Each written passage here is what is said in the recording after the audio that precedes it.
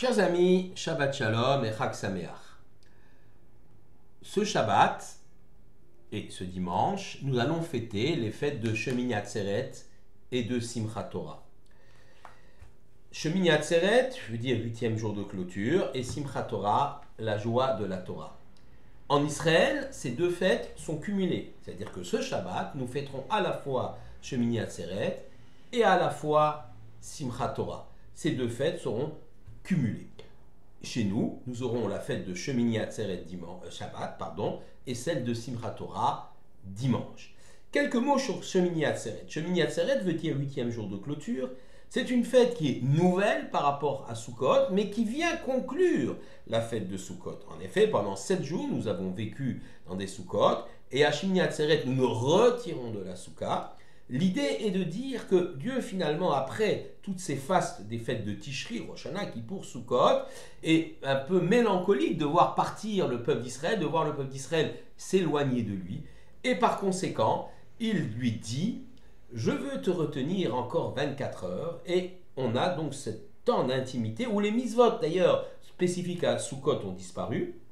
Je veux ce temps d'intimité entre le peuple d'Israël et moi-même pour pouvoir donc encore jouir de la présence, de la proximité avec le peuple d'Israël, avec mon peuple. Alors évidemment, au niveau des sacrifices, des korbanot, cela se traduisait à l'époque du temple de Jérusalem, puisque on faisait des sacrifices tout le long de la fête de Sukkot pour toutes les nations, un grand nombre de taureaux étaient abattus, les nations donc étaient ainsi honorées, on cherchait la paix pour les nations, alors qu'à Shemini Atzeret, on ne faisait qu'un sacrifice en faveur du peuple d'Israël, renforçant l'idée que cette fête traduit l'intimité entre le peuple juif et Dieu. Autre élément important de Shemini Atzeret, Filat HaGeshem, la prière pour la pluie. Nous remplaçons le Moridatal, donc Dieu qui fait tomber la rosée que nous prononçons en été dans la Hamida, par Mashiv Ruach Morid HaGeshem, il fait souffler le vent et tomber la pluie, c'est donc le début de l'hiver, la pluie bienfaisante et si indispensable à notre survie. Et puis nous arrivons à la fête de Simchat Torah. Simchat Torah, savoir que les Chachamim ont découpé donc la Torah en 54 sections qu'on appelle les Sidrot ou des Parashiot, qui sont lues chaque Shabbat que Dieu fait. Et ce cycle qui se termine en un an se termine précisément le jour de Simchat Torah. En d'autres termes, à Simchat Torah, nous allons lire la dernière sidra de la Torah, c'est-à-dire Vezot HaBeracha, et nous allons, une fois que cette sidra est terminée dans un premier Sefer Torah, prendre un deuxième Sefer Torah, dans lequel nous allons donc lire la première sidra, celle de Bereshit. Vezot HaBeracha, cela raconte l'histoire de Moshe qui, quelques heures avant de mourir, apporte les bénédictions nécessaires à l'ensemble des tribus sous une forme de poème, un texte un peu ésotérique, et puis elle se termine par la description de la mort de Moshe lui-même qui s'en va seul mourir sur le mont Nevo. Ce qui est intéressant, c'est que les derniers mots de la Sidra Vezot HaBeracha sont le Einei Kol Israël, aux yeux de tout Israël. Et les premiers mots de la Sidra sont Bereshit bara Elohim et Hashamayim vetaretz. Au commencement, Dieu créa le ciel et la terre. Si on lit ces deux mots, faisant une phrase un peu artificielle, c'est-à-dire la fin de Vezot HaBeracha, le début de Bereshit, puisqu'on finit la lecture de Vezot HaBeracha et on commence celle de Bereshit, on obtient le Einei Kol Israël, aux yeux de tout Israël, Bereshit au commencement, bara Elohim et Hashamayim vetaretz, Dieu créa le ciel et la terre. En d'autres termes, c'est devant les yeux des enfants d'Israël que Dieu créa le monde. En vérité, il n'en est rien. Aucun être humain n'était présent au moment de la création du monde. Comment peut-on dire que Dieu a créé le monde aux yeux des enfants d'Israël? Eh bien, tout simplement parce que, même si nous n'avons pas été physiquement présents, le fait que nous ayons accepté la Torah au mont Sinaï, nous avons donc fait le récit de la création. Nous témoignons que ce récit est véridique comme si nous l'avions vu nous-mêmes. La vision des grands prodiges au moment du don de la loi, la proximité entre Dieu et le peuple d'Israël fait que nous avons été imprégnés de sa présence et de sa connaissance, et que par conséquent, nous devons porter témoignage du récit de la création du monde, ce que nous faisons tous les Shabbatot d'ailleurs, en respectant le Shabbat, puisque le Shabbat est un hôte, un signe, un témoignage de la création du monde par l'Éternel lui-même. Donc c'est dans ce sens-là qu'il faut comprendre ce lien qu'on a pu faire entre les derniers mots de Vezot Abracha, les Nekol Israël et les premiers Bereshit bara Elokim et Hashem et Aretz, aux yeux de tout Israël. Au commencement, Dieu créa le ciel et la terre. Enfin, le dernier mot de Vezot Abracha, c'est le mot Israël, et le premier mot de Bereshit, c'est Bereshit. Si on lit encore une fois les deux mots, on a Israël Bereshit, Israël est en tête, effectivement.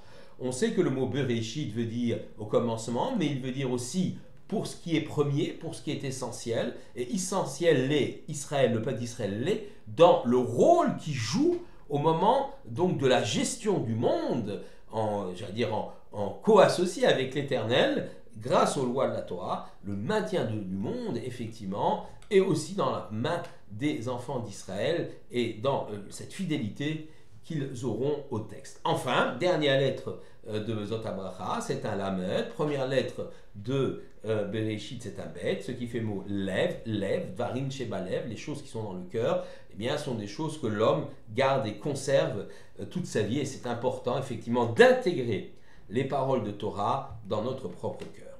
Et maintenant, je voudrais vous livrer l'enseignement du Rabbi Yonatan Sachs sur la Sidra de Vezot Abracha, et en particulier sur la mort de Moshe, la mort de Moïse. Moïse va mourir sur le mont Névo après avoir regardé la terre d'Israël, et sa plus grande frustration est cette interdiction qui lui est faite de pénétrer dans la terre d'Israël. Il ne peut traverser le Jourdain, le Yarden, il n'a pas le droit de le faire car il a fauté, il a frappé le rocher au lieu de lui parler, et donc sanction, il restera de l'autre côté du Jourdain. D'autres disent qu'à l'âge de 120 ans, il est important qu'il meure dans le désert pour qu'au temps messianique, il puisse emporter l'ensemble donc des enfants d'Israël morts dans le désert vers la terre promise au moment de la résurrection des morts. Toujours est-il que Moshe a un Jourdain, une limite. Cette rivière marque la limite physique au-delà de laquelle il ne pourra pas aller, mais aussi la limite de sa vie. Je vais jusqu'au Jourdain, au Yarden, je ne vais pas plus loin. Et voilà une leçon de vie extraordinaire. Comme disait Rabbi Tarfon dans les Pirkei Avot, ce n'est pas à toi de finir cette tâche, mais cela ne te donne pas la possibilité de t'en désister, dit Rabbi Tarfon dans les Pirkei Avot au chapitre 2, Mishnah 16. En effet, chacun a une tâche à accomplir sur terre, un chemin à construire, un édifice à bâtir, mais il ne peut le terminer lui-même. C'est vrai, il n'a pas la possibilité de le faire, car la vie d'un homme a un terme, nous sommes tous éminemment mortels. Est-ce désespérant? Jamais nous ne pourrons terminer quelque chose, certainement pas. Ce que nous construisons, eh bien nous l'amenons jusqu'à notre propre Jourdain, notre propre Yarden, notre propre limite, que nous ne pouvons pas dépasser, car c'est le terme de notre existence. Mais c'est important, nous savons à l'image de Moshe, qui n'a pas protesté à ce moment-là, qui a transmis le flambeau à Josué pour reprendre la direction du peuple et la marche en avant pour l'histoire du peuple juif, nous aussi, à notre niveau, nous pouvons transmettre et à nos enfants ou à nos élèves pour continuer cette marche en avant. Peu importe que nous n'ayons pas terminé le travail, nous avons à l'accomplir comme un maillon de cette chaîne extraordinaire de l'histoire du peuple juif. Nous sommes au milieu, nous avons reçu de nos parents et nous le transmettons. Nous allons essayer d'aller aussi loin que possible dans cette dimension de la construction de notre aide, de la communauté, de notre famille. Mais nous avons nous-mêmes un Yarden, nous avons nous-mêmes une limite.